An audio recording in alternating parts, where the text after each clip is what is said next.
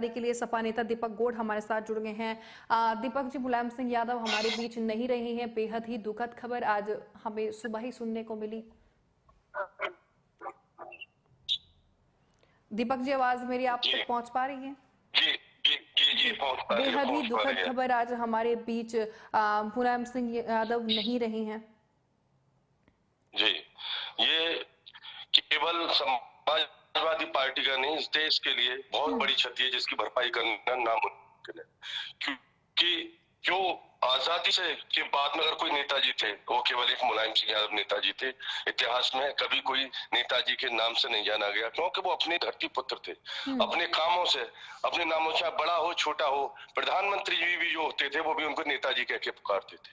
और दूसरी बात, नेताजी का जो व्यक्तित्व था, जो उनकी छवि थी, जो उनके करने का जो जुनून था, वो आज तक शायद कोई नेता नहीं कर पाया होगा। और नेताजी की कमी को हम कभी पूरा नहीं कर सकते। नेताजी ये कहते थे कि जब आपको शायद आपने चैनलों पे इस पे बहस भी हुई है कई बार डिबेटों पे कि परशुराम जयंती के ऊपर, तो परशुराम जयंती का जो राजकीय अवकाश है, ब्राह्मणों को जो सम्मान दिलाने का नेताजी ने काम किया था, परशुराम जयंती का राजकीय अवकाश माननीय नेताजी की सरकार में हुआ था।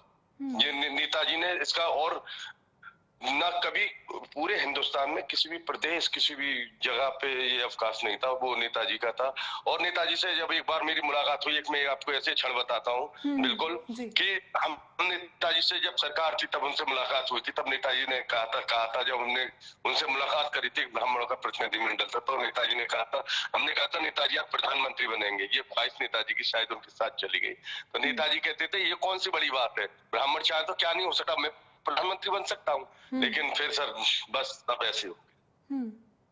दीपक जी, ऐसे और कोई क्षण जो मुलायम सिंह यादव के आपको इस वक्त याद आ रहे होंगे काफी, ये वक्त?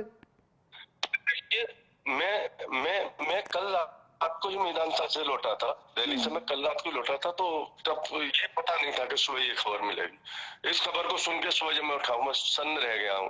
मतलब जो समाजवादी पार्टी है कुनमे में तो जो है वो है, लेकिन पूरे देश के अंदर वो नुकसान हुआ है देश का। नेताजी बहुत बड़े थे।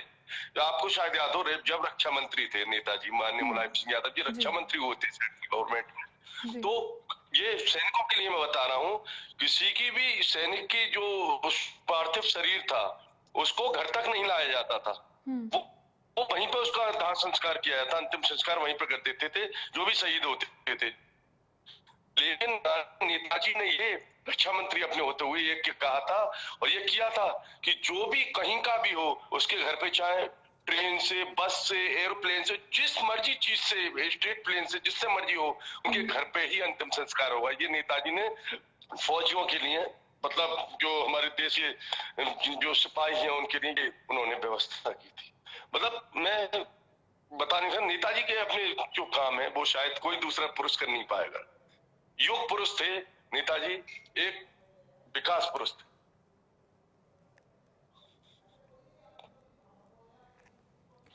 जी दीपक जी, लगातार जिस तरीके से आप अपने क्षण न्यूज़ सिटी के साथ बयां कर रहे हैं और किस तरीके से आप भावुक हो रहे हैं, वो चीज़ भी हम समझ सकते हैं। न्यूज़ सिटी की संवेदनाएं भी आप और समाजवादी पार्टी यादव परिवार के साथ है। बेहद ही दुखद ये समय हम सभी के लिए। धन्यवाद तमाम जानकारी साझा करने के लिए, हमारे साथ अपने क्षणों को बताने के लिए। तो लगातार आप दीपक गोड़ सपा नेता को सुन रहे थे।